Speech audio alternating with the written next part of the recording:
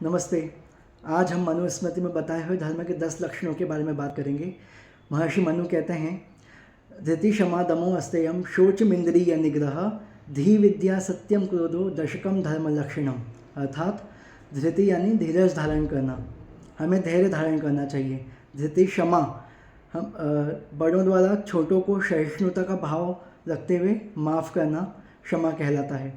धृति क्षमा दम, दम यानी मन को नियंत्रित रखना। अस्तेय यानी चोरी ना करना, इसमें मानसिक चोरी भी आती है। जैसे हम सोचते हैं ना कि उसके पास तो वैसा घर है, वैसा बंगला है, वैसी गाड़ी है, वैसी हमारे पास भी होनी चाहिए, ये मानसिक चोरी में आता है। शौच, पवित्रता रखना।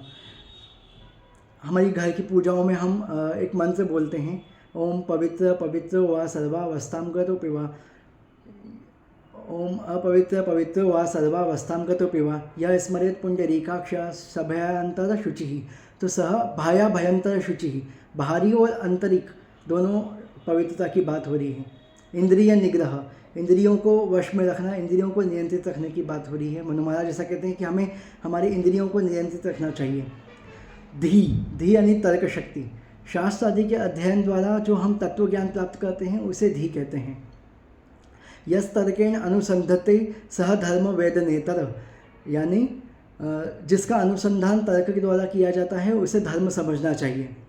उदाहरण के तौर पे कोई परंपरा है जो वर्षों से चली आ रही है और जिस पे हम हमारा विश्वास नहीं बना पा रहे हैं, तो वेद और शास्त्रों का अध्ययन करके हम उस निष्कर्ष पर निकल जाएं कि वो वास्तविकता क्या है, उसे धी कहते हैं।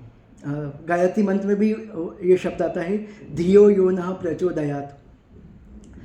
धी विद्या, विद्या यानी जो जैसा है उसको वैसा ही समझना विद्या है। वैसे तो विद्या का अर्थ साविद्या या विमुक्तय होता है, जो मोक्ष की प्राप्ति कराए उसे विद्या कहते हैं, लेकिन आजकल तो जो नियुक्ति की प्राप्ति कराए उसे विद्या कहते हैं। तो विद्या दो प्रकार की होती है, परा विद्या और अपरा विद्या। अपरा विद्या वेद और शास्त्रों के अध्ययन से जो हम प्राप्त करते हैं, जो लौकिक विद्या है जिससे हमारा विकास होता है, वह अपरा विद्या है। और परा विद्या यानी अध्यात्म विद्या। सत्य, सत्य का आचरण करना चाहिए। अक्रोध, अक्रोध यानी क्रोध आने पर भी क्रोध न करना, ये अक्रोध है।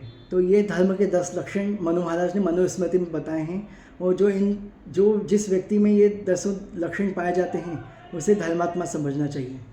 नमस्ते।